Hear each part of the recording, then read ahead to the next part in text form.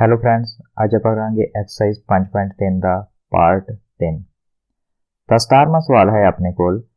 ਇੱਕ ਸਕੂਲ ਦੇ ਵਿਦਿਆਰਥੀਆਂ ਨੇ ਹਵਾ ਪ੍ਰਦੂਸ਼ਣ ਘਟਾਉਣ ਲਈ ਸਕੂਲ ਦੇ ਅੰਦਰ ਅਤੇ ਬਾਹਰ ਪੌਦੇ ਲਗਾਉਣ ਬਾਰੇ ਸੋਚਿਆ। ਇਹ ਫੈਸਲਾ ਲਿਆ ਗਿਆ ਕਿ ਹਰੇਕ ਸ਼੍ਰੇਣੀ ਦਾ ਹਰੇਕ ਸੈਕਸ਼ਨ ਆਪਣੀ ਸ਼੍ਰੇਣੀ ਦੀ ਸੰਖਿਆ ਦੇ ਬਰਾਬਰ ਪੌਦੇ ਲਗਾਏਗਾ। ਉਦਾਹਰਨ ਦੇ ਲਈ ਪਹਿਲੀ ਸ਼੍ਰੇਣੀ ਦਾ ਇੱਕ ਸੈਕਸ਼ਨ ਇੱਕ ਪੌਦਾ ਲਗਾਵੇਗਾ, ਸ਼੍ਰੇਣੀ 2 ਦਾ ਇੱਕ ਸੈਕਸ਼ਨ 2 ਪੌਦੇ ਲਗਾਏਗਾ, ਸ਼੍ਰੇਣੀ 3 ਦਾ ਇੱਕ ਸੈਕਸ਼ਨ 3 ਪੌਦੇ ਲਗਾਵੇਗਾ ਆਦਿ, ਅਤੇ ਅਜਿਹਾ ਸ਼੍ਰੇਣੀ 12 ਤੱਕ ਚੱਲਦਾ ਰਹੇਗਾ। ਹਰੇਕ ਸ਼੍ਰੇਣੀ ਦੇ 3 ਸੈਕਸ਼ਨ ਹਨ। ਇਸ ਸਕੂਲ ਦੇ ਵਿਦਿਆਰਥੀਆਂ ਦੁਆਰਾ ਲਗਾਏ ਗਏ ਪੌਦਿਆਂ ਦੀ ਕੁੱਲ ਸੰਖਿਆ ਕਿੰਨੀ ਹੋਵੇਗੀ? ਤੇ ਇੱਥੇ ਆਪਾਂ ਸਭ ਤੋਂ ਪਹਿਲਾਂ ਲਿਖਦੇ ਹਾਂ ਪਹਿਲੀ ਸ਼੍ਰੇਣੀ ਦੁਆਰਾ ਲਗਾਏ ਪੌਦੇ। ਕਿਉਂਕਿ ਹਰੇਕ ਸ਼੍ਰੇਣੀ ਦੇ 3 ਸੈਕਸ਼ਨ ਨੇ, ਇਸ ਲਈ 3 ਤੇ ਪਹਿਲੀ ਸ਼੍ਰੇਣੀ ਨੇ ਕਿਉਂਕਿ ਹਰੇਕ ਸੈਕਸ਼ਨ ਨੇ 1 ਲਾਉਣਾ ਹੈ ਤਾਂ 3 ਸੈਕਸ਼ਨਾਂ ਨੇ 3 ਪੌਦੇ ਲਗਾਉਣਗੇ। ਉਸੇ ਤਰ੍ਹਾਂ ਦੂਜੀ ਸ਼੍ਰੇਣੀ ਦੁਆਰਾ ਲਗਾਏ ਪੌਦੇ, ਸੈਕਸ਼ਨ 3 ਦੂਜੀ ਸ਼੍ਰੇਣੀ ਦੇ ਹਰੇਕ ਸੈਕਸ਼ਨ ਨੇ 2 ਪੌਦੇ ਲਗਾਉਣੇ ਆ ਤਾਂ ਇਹ 6 ਹੋ ਜਾਣਗੇ। ਇਵੇਂ ਆਪਾਂ ਲਿਖਦੇ ਹਾਂ ਤੀਜੀ ਸ਼੍ਰੇਣੀ ਦੁਆਰਾ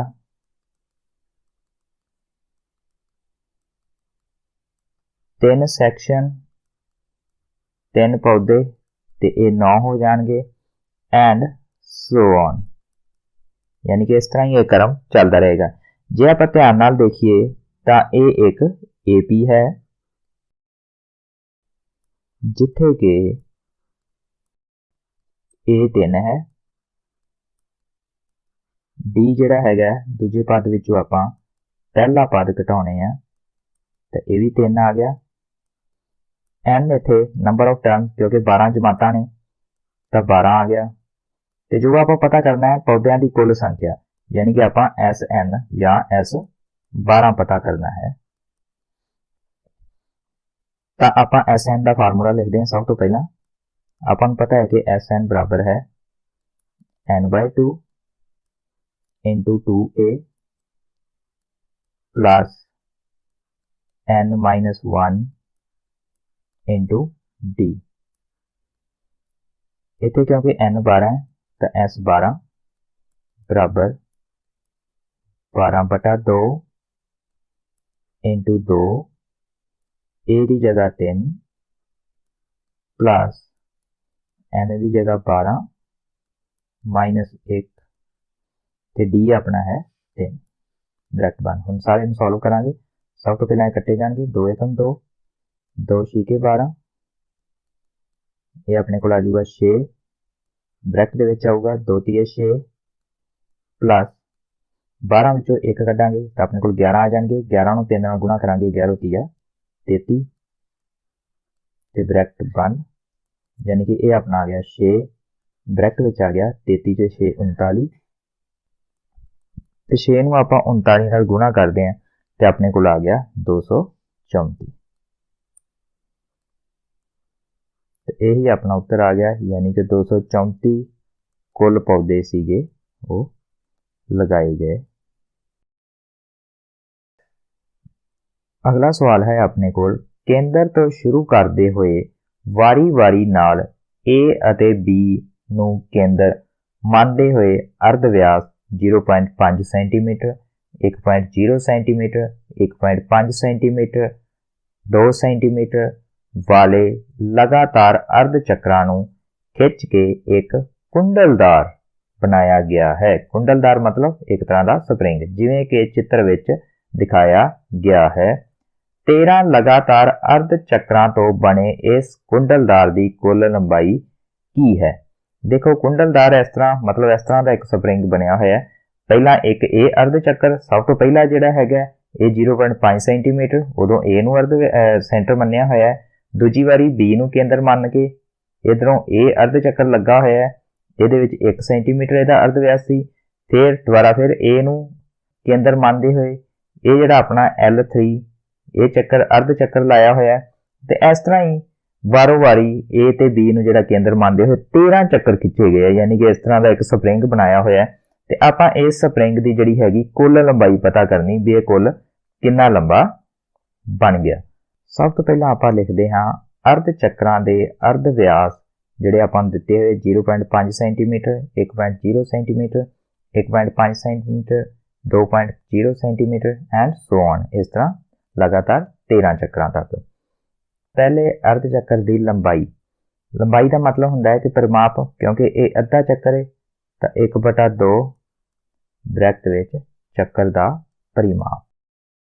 1/2 ਪਰਿਮਾਪ ਦਾ ਆਪਾਂ ਨੂੰ ਪਤਾ ਹੈ ਕਿ ਫਾਰਮੂਲਾ ਹੁੰਦਾ ਹੈ 2 ਪਾਈ r, ਚੱਕਰ ਦੇ ਪਰਿਮਾਪ ਦਾ 2 ਪਾਈ r, ਤੇ 2 ਨਾਲ 2 ਕੈਂਸਲ ਹੋ ਜਾਣਾ ਤੇ ਆਪਣੇ ਕੋਲ ਰਹਿ ਗਿਆ ਪਾਈ r।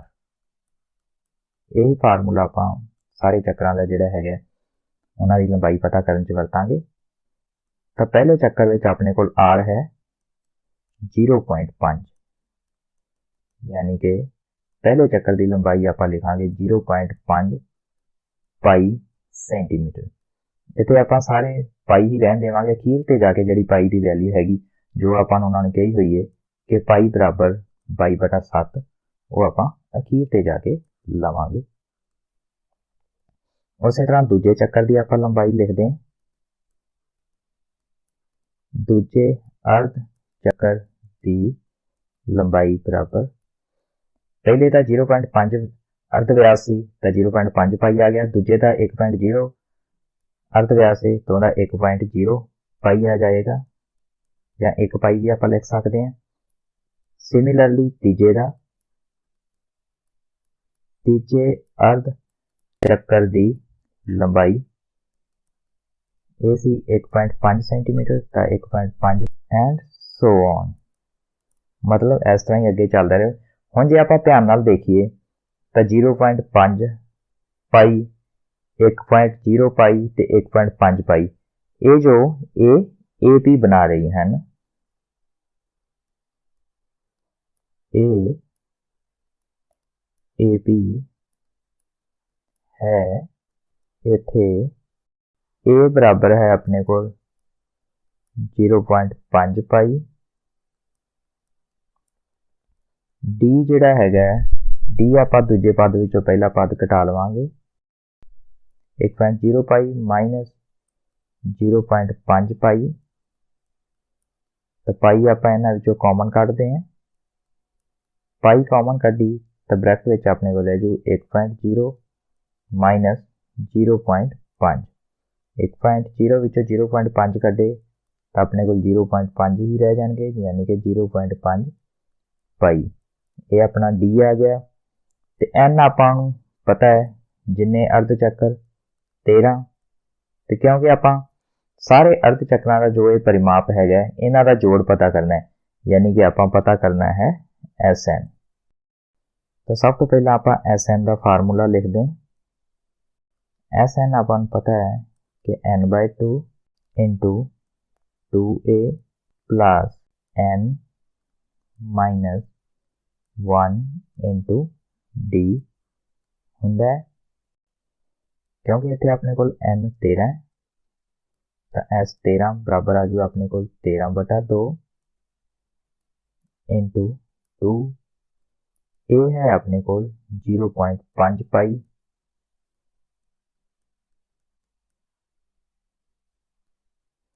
ਪਲੱਸ n ਹੈ ਆਪਣੇ ਕੋਲ 13 ਮਾਈਨਸ 1 ਤੇ D ਹੈ ਆਪਣੇ ਕੋਲ 0.5 ਪਾਈ, ਬ੍ਰੈਕਟ ਬੰਦ। ਹੁਣ 0.5 ਪਾਈ ਇੱਥੇ ਵੀ ਹੈ, 0.5 ਪਾਈ ਇੱਥੇ ਵੀ ਹੈ, ਇਹਨੂੰ ਆਪਾਂ ਬਾਹਰ ਕੱਢ ਲੈਂਦੇ ਹਾਂ ਤਾਂ ਇਹ ਆਪਣਾ ਆਏਗਾ 13/2 ਗੁਣਾ 0.5 ਪਾਈ ਨੂੰ ਆਪਾਂ ਬਾਹਰ ਕੱਢਦੇ ਹਾਂ, ਬ੍ਰੈਕਟ ਦੇ ਵਿੱਚ ਆਪਣੇ ਕੋਲ ਰਹਿ ਗਿਆ ਇੱਥੇ 2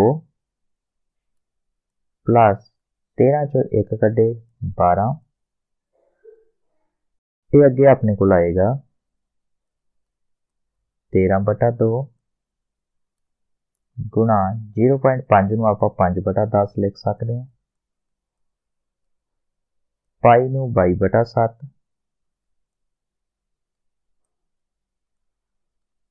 गुणा 12 ਤੇ 2 ਆਪਣੇ ਕੋਲ 14 ਹੋ ਜਾਣਗੇ। ਹੁਣ ਇਹ ਆਪਾਂ ਸਾਰਿਆਂ ਨੂੰ ਕੱਟ ਦਿੰਦੇ ਹਾਂ ਜਿਵੇਂ ਵੀ ਜਿਹਦੇ ਨਾਲ ਕੋਈ ਵੀ ਕੱਟਿਆ ਜਾਂਦਾ ਹੈ। 5 ਏਕਮ 5, 5 दूनी 10, 2 ਏਕਮ 2, 2 7 14, 7 ਏਕਮ 7, 2 ਏਕਮ 2, 11 दूना 22। ਤਾਂ ਹੁਣ ਆਪਣੇ ਕੋਲ ਉੱਪਰ ਕੀ ਰਹਿ ਗਿਆ 13 ਤੇ 11 ਤੇ ਬਟੇ ਵਿੱਚ 1 ਤੇ ਆਪਾਂ 13 ਤੇ 11 ਦੀ ਗੁਣਾ ਕਰ ਦਿੰਦੇ ਹਾਂ। ਇਹ ਆਪਣੇ ਕੋਲ ਆਵੇਗੀ 143। ਇਹੀ ਆਪਣਾ ਆਨਸਰ ਆਏਗਾ ਕਿ ਜਿਹੜੀ ਸਾਰੇ ਸਪਰਿੰਗ ਦੀ ਲੰਬਾਈ, ਸਾਰੇ ਸਪਾਈਰਲ ਦੀ ਲੰਬਾਈ ਜਾਂ ਸਾਰੇ ਕੁੰਡਲਦਾਰ ਦੀ ਲੰਬਾਈ 143 ਸੈਂਟੀਮੀਟਰ ਹੈ।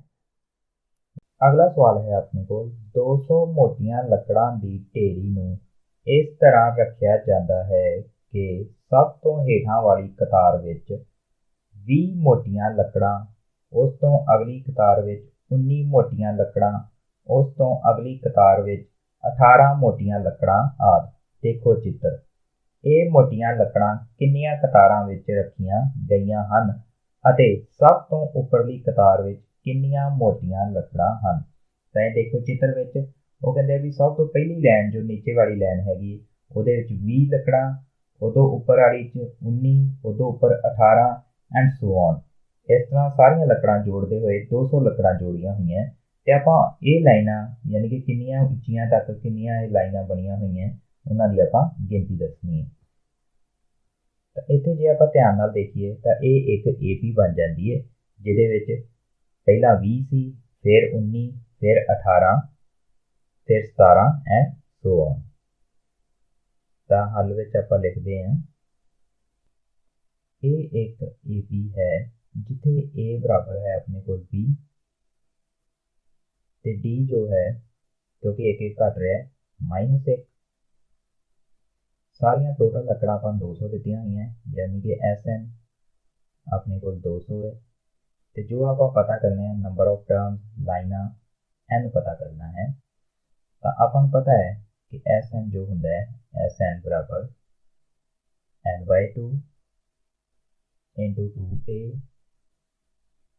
plus N-1 into D। ਇੱਥੇ SN ਆਪਾਂ ਨੂੰ 200 ਦਿੱਤਾ ਹੋਇਆ ਹੈ,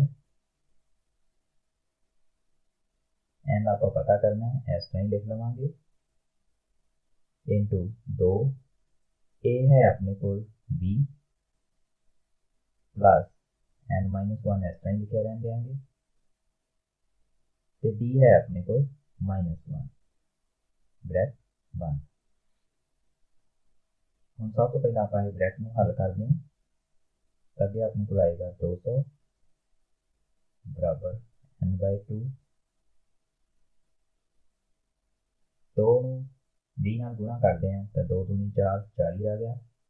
ਇਹ -1 ਆਪਾਂ ਇਸ ਬ੍ਰੈਕਟ ਨਾਲ ਗੁਣਾ ਕਰਨੀ ਹੈ, ਮਾਈਨਸ ਤੇ ਪਲੱਸ ਮਾਈਨਸ ਹੋ ਜਾਣਗੇ। 1 ਨੂੰ N ਨਾਲ ਮਲਟੀਪਲਾਈ ਕਰਾਂਗੇ ਤਾਂ N ਮਾਈਨਸ ਤੇ ਮਾਈਨਸ ਪਲੱਸ 1 into 1 1 ਆ ਜੂਗਾ ਇੱਥੋਂ।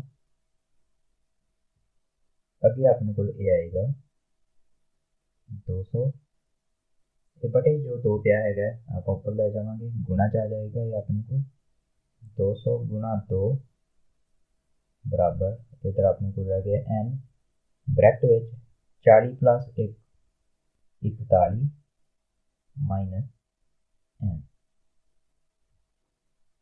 200 ਗੁਣਾ 2 ਇਹ ਆਪਣਾ 400 ਬਣ ਜਾਏਗਾ। 400 ਬਰਾਬਰ N ਨੂੰ ਆਪਾਂ ਬ੍ਰੈਕਟ ਵਾਲੇ ਨਾਲ ਗੁਣਾ ਕਰ ਦਿੰਦੇ ਹਾਂ 41N minus N into N N square। ਤਾਂ ਇਹ ਸਾਰੀ ਰਕਮ ਚੱਕ ਕੇ ਆਪਾਂ ਇੱਧਰਲੇ ਪਾਸੇ ਲੈ ਆਉਂਦੇ ਹਾਂ। ਸਭ ਤੋਂ ਪਹਿਲਾਂ ਹਾਈਐਸਟ ਪਾਵਰ ਵਾਲਾ N ਸਕੁਅਰ ਇੱਧਰ ਮਾਈਨਸ ਦਾ ਸੀ, ਇੱਧਰ ਆ ਕੇ ਪਲੱਸ ਦਾ ਹੋ ਗਿਆ। ਇਹ 41N ਇੱਧਰ ਪਲੱਸ ਹੈ ਬਰਾਬਰ ਦੇ ਦੂਜੇ ਪਾਸੇ ਜਾਵਾਂਗੇ ਤਾਂ -41N ਤੇ ਪਲੱਸ 400 ਆਲਰੇਡੀ ਉੱਧਰ ਪਿਆ ਹੀ ਹੋਇਆ ਹੈ ਉਹ ਆਪਾਂ ਇਸ ਤਰ੍ਹਾਂ ਹੀ ਲਿਖਦੇ ਹਾਂ ਬਰਾਬਰ 0। ਇਹ ਸਮੀਕਰਨ ਆਪਣੀ ਦੋ ਘਾਤੀ ਸਮੀਕਰਨ ਬਣ ਗਈ N ਦੇ ਵਿੱਚ। ਤਾਂ ਇੱਥੋਂ ਆਪਾਂ N ਦੀ ਵੈਲਿਊ ਕੱਢਦੇ ਹਾਂ ਤਾਂ N ਦੀ ਵੈਲਿਊ ਆਪਣੇ ਕੋਲ ਆਊਗੀ N = ਦੋ ਘਾਤੀ ਸੂਤਰ ਆਪਾਂ ਲਿਖ ਲੈਂਦੇ ਹਾਂ -P +- स्केयर रूट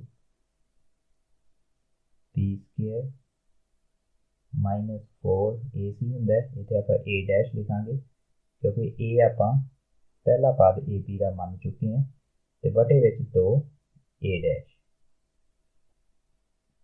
बी है इतने अपने को minus 41 minus bracket which minus 41 plus minus B square यानी कि माइनस 41 की power 2 minus 4 into A dash है अपने को 1 इंटू सी है अपने को 400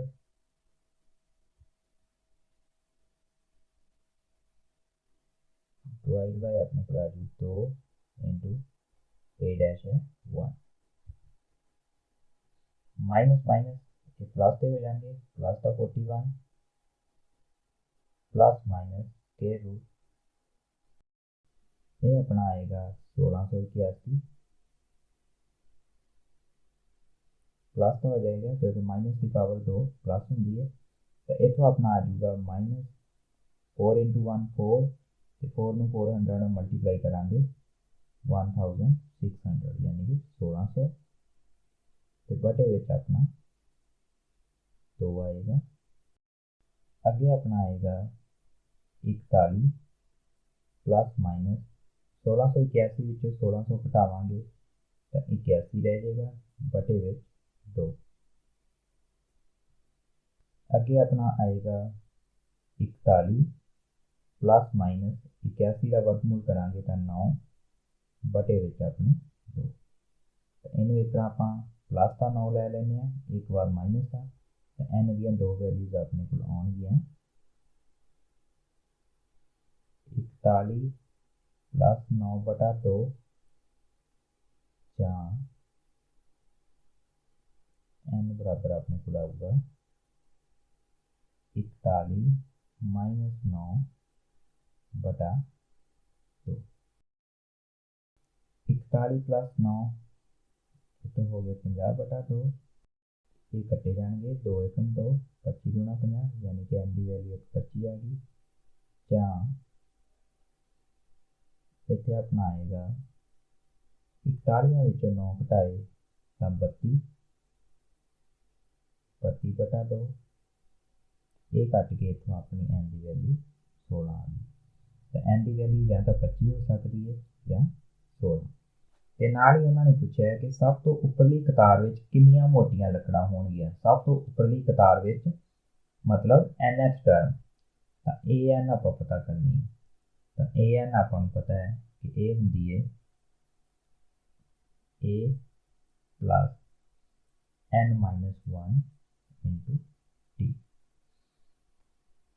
ਤਾਂ ਜਦੋਂ n 25 है उदों अपने को ए 25 आएगा। ए अपने को सी 20 प्लस एन इतों लिया है आप 25 माइनस 1 इंटू डी है माइनस 1, ये आ जाएगा 20 25 एक कटे 24 24 माइनस 1 नाल गुणा करांगे तो माइनस 24 20 माइनस 24 ये आ गया माइनस 4 जो कि संभव नहीं है क्योंकि एन कदे भी नैगेटिव नहीं हो सकता। नंबर ऑफ टर्म्स कदे भी नैगेटिव नहीं होंगे। तो दूजे पासे जदों n बराबर 16 है तो ये 16 अपने को आएगा 20 प्लस n माइनस 1 यानी कि 16 माइनस 1 इंटू डी है माइनस 1, ये आएगा 20 16 जो एक कटे 15 15 इंटू माइनस 1 माइनस 15 बराबर 5। तो इसलिए सब तो उपरली कतार में 5 लकड़ा होंगी। यही अपना उत्तर आ गया। तो इतों अपन पता लगा कि 16 कतार ने तो सब तो उपरली कतार में 5 लकड़ा हैं। 20वां सवाल है अपने को एक आलू दौड़ यानी कि पोटैटो रेस विच आरंभिक स्थान ते एक बाल्टी रखी हुई है जो पहले आलू तो 5 मीटर दूर है। ਅਤੇ ਬਾਕੀ ਆਲੂਆਂ ਨੂੰ ਸਰਲ ਰੇਖਾ ਵਿੱਚ 3 ਮੀਟਰ ਦੀ ਆਪਸੀ ਦੂਰੀ ਤੇ ਰੱਖਿਆ ਗਿਆ ਹੈ।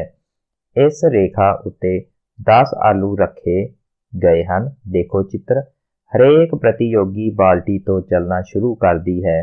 ਨਜ਼ਦੀਕ ਤੋਂ ਨਜ਼ਦੀਕ ਵਾਲੇ ਆਲੂ ਨੂੰ ਚੁੱਕਦੀ ਹੈ, ਉਸ ਨੂੰ ਲੈ ਕੇ ਵਾਪਸ ਆ ਕੇ ਦੌੜ ਕੇ ਬਾਲਟੀ ਵਿੱਚ ਪਾ ਦਿੰਦੀ ਹੈ। ਦੂਸਰਾ ਆਲੂ ਚੁੱਕਣ ਲਈ ਵਾਪਸ ਦੌੜਦੀ ਹੈ, ਉਸ ਨੂੰ ਚੁੱਕ ਕੇ ਵਾਪਸ ਬਾਲਟੀ 'ਚ ਪਾ ਦਿੰਦੀ ਹੈ ਅਤੇ ਉਹ ਅਜਿਹਾ ਉਦੋਂ ਤੱਕ ਕਰਦੀ ਹੈ ਜਦੋਂ ਤੱਕ ਸਾਰੇ ਆਲੂ ਬਾਲਟੀ ਵਿੱਚ ਨਾ ਆ ਜਾਣ। ਇਸ ਵਿੱਚ ਪ੍ਰਤੀਯੋਗੀ ਨੂੰ ਕੁੱਲ ਕਿੰਨੀ ਦੂਰੀ ਤੈਅ ਕਰਨੀ ਪਵੇਗੀ। ਇੱਥੇ ਆਪਾਂ ਚਿੱਤਰ ਨੂੰ ਧਿਆਨ ਨਾਲ ਦੇਖਦੇ ਹਾਂ ਕਿ ਇਹ ਦੇਖੋ, ਇਹ ਬਾਲਟੀ ਪਈ ਹੋਈ ਹੈ। ਇੱਥੋਂ ਉਹਨਾਂ ਨੇ ਆਲੂ ਰੱਖਣੇ ਸ਼ੁਰੂ ਕਰਤੇ। ਪਹਿਲਾ ਆਲੂ ਜਿਹੜਾ ਹੈਗਾ ਇਹ 5 ਮੀਟਰ ਦੀ ਦੂਰੀ ਤੇ ਹੈ। ਇੱਥੋਂ ਲੈ ਕੇ ਇੱਥੋਂ ਤੱਕ ਜਿਹੜੀ ਦੂਰੀ ਬਣਦੀ ਹੈਗੀ 5 ਮੀਟਰ ਹੈ। ਉਸ ਤੋਂ ਬਾਅਦ ਹਰੇਕ ਆਲੂ ਜਿਹੜਾ ਹੈਗਾ 3-3 ਮੀਟਰ ਦੀ ਦੂਰੀ ਤੇ ਰੱਖਿਆ ਹੋਇਆ। 3 ਮੀਟਰ ਇੱਥੇ, 3 ਇੱਥੇ ਐਂਡ ਸੋ ਔਨ। ਇਸ ਤਰ੍ਹਾਂ ਰੱਖਦੇ ਉਹਨਾਂ ਨੇ 10 ਆਲੂ ਰੱਖੇ ਹੋਏ ਆ। ਟੋਟਲ ਜਿਹੜੇ 10 ਆਲੂ ਰੱਖੇ ਹੋਏ ਆ। ਤਾਂ ਜੇ ਆਪਾਂ ਦੇਖੀਏ ਕਿ ਪਹਿਲੇ ਆਲੂ ਨੂੰ ਜਿਹੜਾ ਹੈਗਾ ਉਹਨੇ ਬਾਲਟੀ 'ਚ ਪਾਉਣਾ, ਉਹਨੇ ਸ਼ੁਰੂ ਕੀਤੀ ਜਿਹੜੀ ਦੌੜ, ਆਰੰਭਕ ਸਥਾਨ ਤੇ ਬਾਲਟੀ ਰੱਖੀ ਹੋਈ, ਯਾਨੀ ਕਿ ਇੱਥੋਂ ਆਰੰਭ ਕਰਨਾ ਹੈ। ਇੱਥੋਂ ਆ ਕੇ ਇੱਥੇ ਆਈ, 5 ਮੀਟਰ ਹੋਏ। ਇਹ ਆਲੂ ਚੱਕਿਆ, ਇਹਨੂੰ ਚੱਕ ਕੇ ਬਾਲਟੀ ਵਿੱਚ ਪਾਇਆ। ਇੱਥੋਂ ਯਾਨੀ ਕਿ ਵਾਪਸ ਆਉਣ ਤੇ ਦੁਬਾਰਾ ਫਿਰ 5 ਲੱਗੇ, ਯਾਨੀ ਕਿ ਇੰਨੀ ਦੂਰੀ ਤੈਅ ਕਰਨ ਦੇ ਲਈ ਉਹਨੂੰ 10 ਮੀਟਰ ਲੱਗ ਗਏ। ਬਾਅਦ 'ਚ ਜਦੋਂ ਇੱਥੋਂ ਫਿਰ ਵਾਪਸ ਜਾਣਾ, ਇੱਥੋਂ ਵਾਪਸ ਦੂਜੇ ਆਲੂ ਤੱਕ 5 ਤੇ 3 ਇਹ 8 ਲੱਗ ਗਏ। ਇੱਥੋਂ ਫਿਰ ਵਾਪਸ ਬਾਲਟੀ ਵੱਲ ਨੂੰ ਗਈ, ਦੁਬਾਰਾ ਫਿਰ 8 ਲੱਗ ਗਏ, ਯਾਨੀ ਕਿ 8 ਤੇ 8 16। ਉਸ ਤੋਂ ਬਾਅਦ ਫਿਰ ਅਗਲੀ ਵਾਰੀ ਫਿਰ ਇਹ ਜਿਹੜਾ 3, ਦੁਬਾਰਾ ਫਿਰ 3, ਯਾਨੀ ਕਿ 6 ਹੋਰ ਵੱਧ ਜੂਗਾ। ਯਾਨੀ ਕਿ ਹਰ ਵਾਰ ਹਰੇਕ ਆਲੂ ਜਦੋਂ ਨੇ ਚੱਕ ਕੇ ਬਾਲਟੀ 'ਚ ਪਾਇਆ ਤਾਂ ਉਸਨੂੰ 6 ਮੀਟਰ ਵੱਧ ਦੌੜਨਾ ਪਿਆ।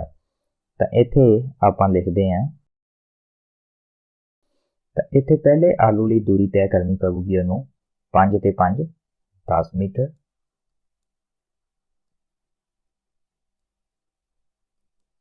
ਸਿਮਿਲਰਲੀ ਆਪਾਂ ਲਿਖਦੇ ਹਾਂ ਦੂਜੇ ਆਲੂ ਲਈ ਦੂਰੀ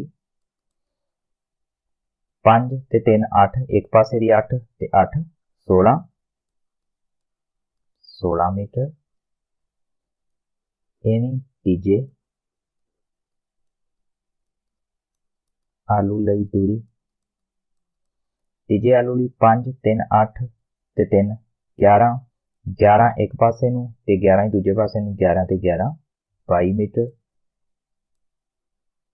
ਐਂਡ ਸੋ ਔਨ। ਜੇ ਆਪਾਂ ਧਿਆਨ ਨਾਲ ਦੇਖੀਏ ਤਾਂ ਇਹ ਇੱਕ AP ਬਣ ਗਈ, ਜਿੱਥੇ A 10 ਹੈ ਤੇ ਜੋ D ਹੈ ਉਹ 6 ਹੈ। ਇਹ ਇੱਕ AP ਹੈ ਜਿੱਥੇ A ਬਰਾਬਰ ਹੈ ਆਪਣੇ ਕੋਲ 10 ਤੇ D ਹੈ ਜੋ ਦੂਜੇ ਪਦ ਵਿੱਚੋਂ ਆਪਾਂ ਪਹਿਲਾ ਪਦ ਘਟਾਵਾਂਗੇ ਤਾਂ ਇਹ ਆਪਣੇ ਕੋਲ 6 ਆ ਗਈ। N ਉਹਨੂੰ ਕਿੰਨੀ ਵਾਰੀ ਦੌੜਨਾ ਪਿਆ, ਜਿੰਨੇ ਆਲੂ ਨੇ 10 ਵਾਰ, ਯਾਨੀ ਕਿ ਨੰਬਰ ਆਫ ਟਰਮਸ 10 ਹੋ ਗਏ। ਕਿਉਂਕਿ ਆਪਾਂ ਕੁੱਲ ਦੂਰੀ ਪਤਾ ਕਰਨੀ ਹੈ, ਹਰੇਕ ਵਾਰੀ ਉਹਨੂੰ ਕਿੰਨਾ ਹੋਇਆ, ਯਾਨੀ ਕਿ ਸਾਰਿਆਂ ਦਾ ਜੋੜ ਪਤਾ ਕਰਨਾ ਹੈ। SN ਜਾਂ S10 ਆਪਾਂ ਪਤਾ ਕਰਨਾ ਹੈ। ਤਾਂ ਸਭ ਤੋਂ ਪਹਿਲਾਂ ਆਪਾਂ SN ਦਾ ਫਾਰਮੂਲਾ ਲਿਖਾਂਗੇ। SN ਆਪਾਂ ਨੂੰ ਪਤਾ ਹੈ ਕਿ ਆਪਣੇ ਕੋਲ ਹੁੰਦਾ ਹੈ N/2 into 2A plus N-1 into D।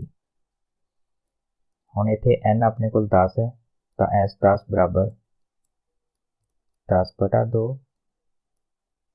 into 2 into A ਹੈ ਆਪਣੇ ਕੋਲ 10 plus N10 10-1 ਤੇ D ਹੈ ਆਪਣੇ ਕੋਲ 6। ਇਹ ਕੱਟੇ ਜਾਣਗੇ, 2 ਏਕਮ 2, 2 5 10, ਤਾਂ ਇਹ ਆਪਣੇ ਕੋਲ ਆ ਜਾਊਗਾ 5 into 10 ਨੂੰ 2 ਨਾਲ ਆਪਾਂ ਗੁਣਾ ਕਰਾਂਗੇ, 10 ਦੂਣਾ 20 ਪਲੱਸ 10 ਵਿੱਚੋਂ 1 ਕੱਢਾਂਗੇ 9, 9 ਨੂੰ 6 ਨਾਲ ਗੁਣਾ ਕਰਾਂਗੇ, 9 6 54 ਤੇ ਇਹ ਬਰਾਬਰ ਆਪਣਾ ਆਏਗਾ 5 into 20 ਤੇ 54 ਆਪਣੇ ਹੋ ਜਾਣਗੇ 74 74। ਇਹਨਾਂ ਦੋਵਾਂ ਨੂੰ ਆਪਾਂ ਗੁਣਾ ਕਰਾਂਗੇ ਤੇ ਆਪਣਾ ਆ ਜਾਊਗਾ 370। उत्तर विच आपां लिखांगे इस लई 370 मीटर की दूरी तय करनी पवेगी। तो ये नाल ही अपनी ये एक्सरसाइज 5.3 कंप्लीट होगी। इसके बाकी पार्ट देखने के लिए तुहानू लिंक वीडियो के डिस्क्रिप्शन में मिल जाएगा, जिस विच पार्ट 1 ते पार्ट 2 में आप सारे सवाल हल किए हुए हैं। उम्मीद है कि तुहानू ये वीडियो वधिया लगी होएगी। इस वीडियो को लाइक करो, अपने फ्रेंड्स के नाल शेयर करो, तो इस चैनल को सबसक्राइब करो, तो बैल आइकन जरूर नपो ताकि जो भी वीडियो अपलोड होगी तुहानू समय सिर मिलती रहे। Thank you.